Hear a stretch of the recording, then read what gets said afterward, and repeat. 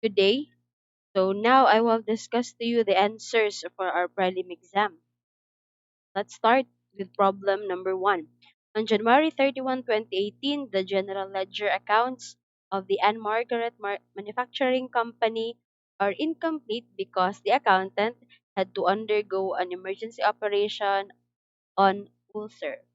The treasurer, an old friend of yours, supplied you the following accounts and 3 bits of additional information.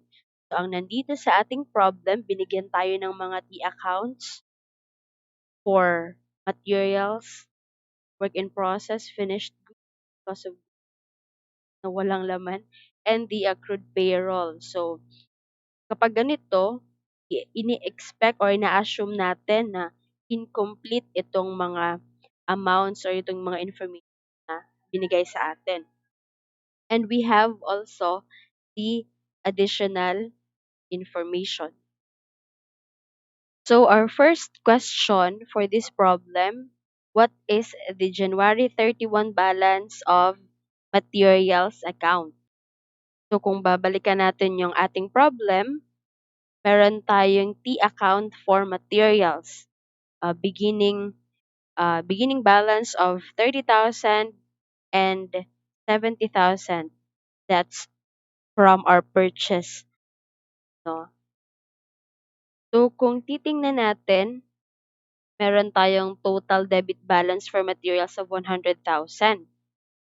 So, again, meron tayong beginning balance and the amount for our purchases of 70,000.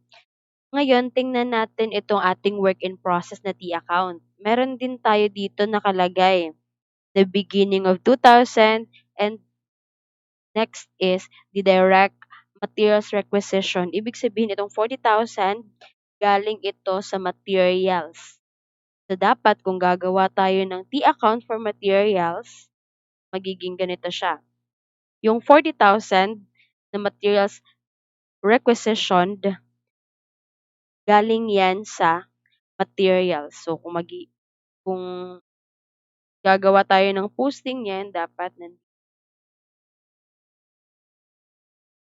So, ang magiging entry natin, kasi nga ito ay nilipat, ni-request papunta sa work in process kasi nga ipa-process na yung ating product. So, magiging entry natin yan would be a debit to work in process and a credit to materials of 40,000 pesos. So, ang question lang naman is how much daw yung balance ng materials at the end of January? Puta lang natin. 30 plus 70 less 40. So, our answer would be 60,000. So, answer number 1 is 60,000. Question number 2. How much is the total direct labor costs that should have been charged to all the individual production orders worked during January? So, since yung tanong is total direct labor costs, so ang titingnan lang natin from our additional information is the time tickets.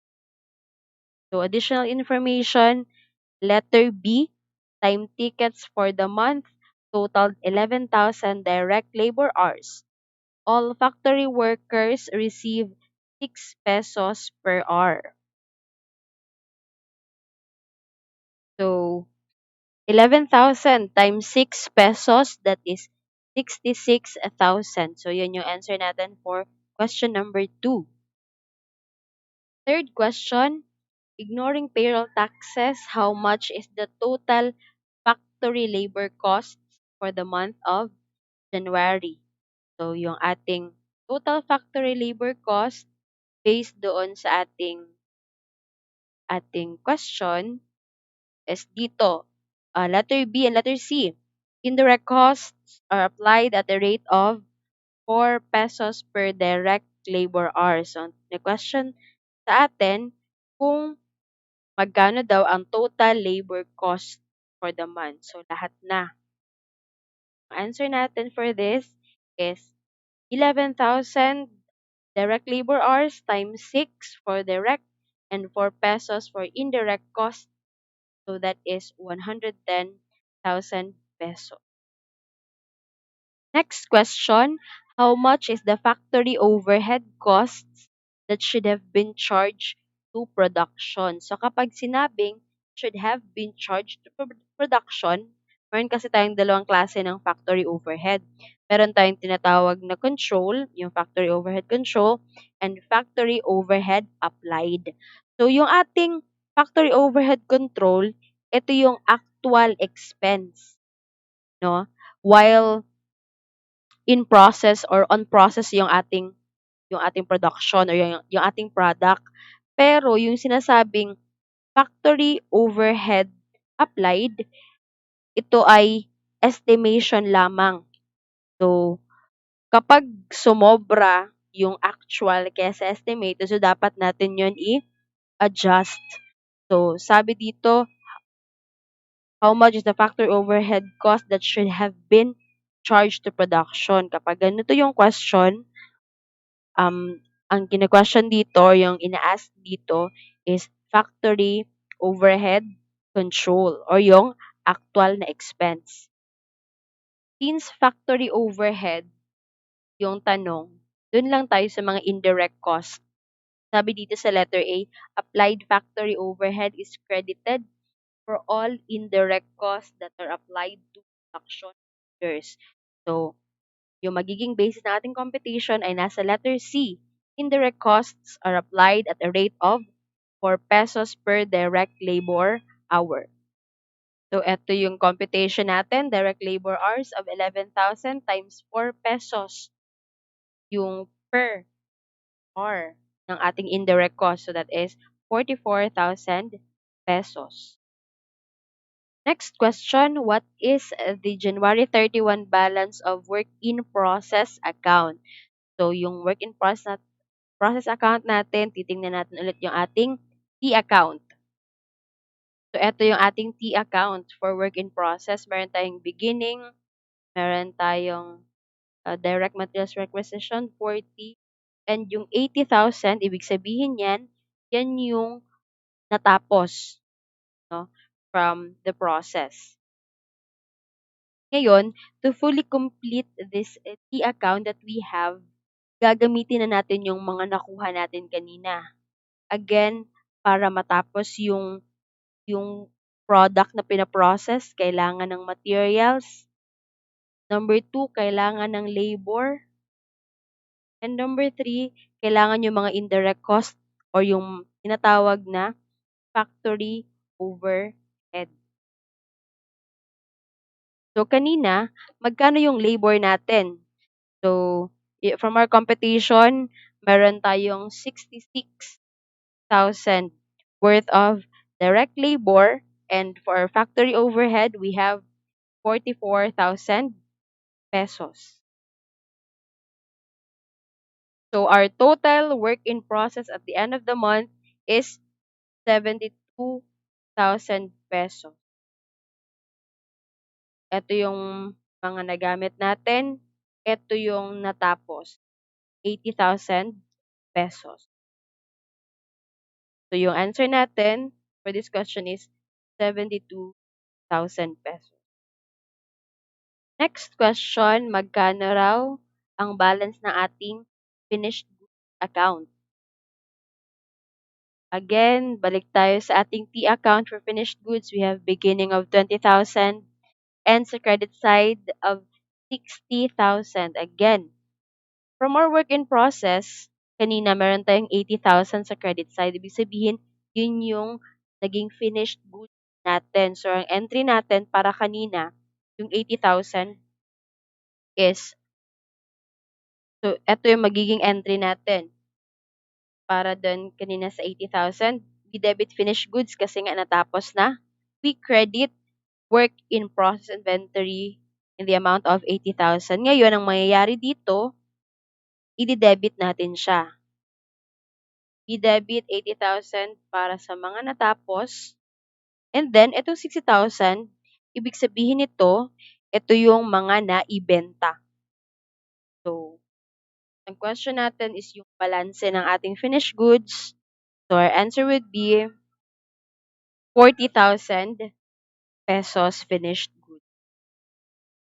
Okay, ano? So diretsuhin na natin itong ating finished goods. Entryhan na natin agad.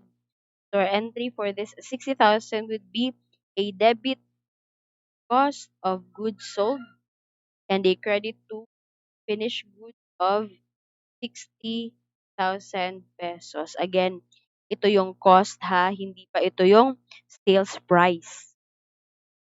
Next question, assuming the factory overhead actually incurred, ibig sabihin ito yung actual expense. During the month amount to 48,000. Question, what is the balance of factory overhead control at the end of January? So ang answer natin for this question is still 48,000. Next question, how much is the cost of goods sold during January? Yun na yung ginawa natin ng entry kanina, yung 60,000 pesos. Next question, what happened to the factory overhead applied in January? So, ano daw nangyari sa ating factory overhead applied?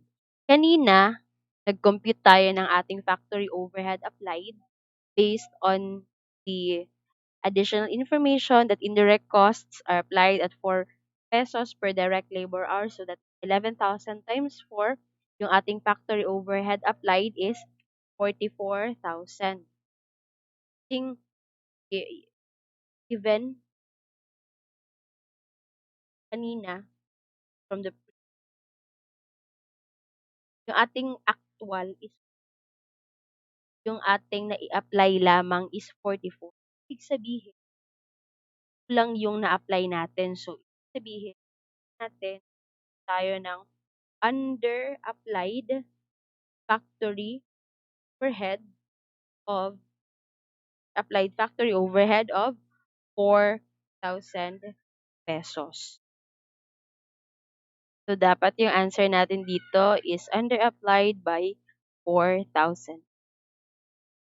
So, additional thing to take note, kapag merong under-applied or over-applied factory overhead, we allocate that using the balances of our work in process, finished goods, and our cost of goods sold. So, doon natin ina-allocate based sa ending balances nila. That if material yung amount na ating over or under applied factory overhead. So, last question for problem 1. The January 31 balance of factory overhead applied is yun, 44,000 pesos. So, the answers for the part 2, the preparation of journal entries, ay ibibigay ko ang answers doon sa ating Google Classroom. So, I hope na naintindihan and sana pinanood talaga itong video na ito para mas maintindihan natin lalo si cost accounting. God bless.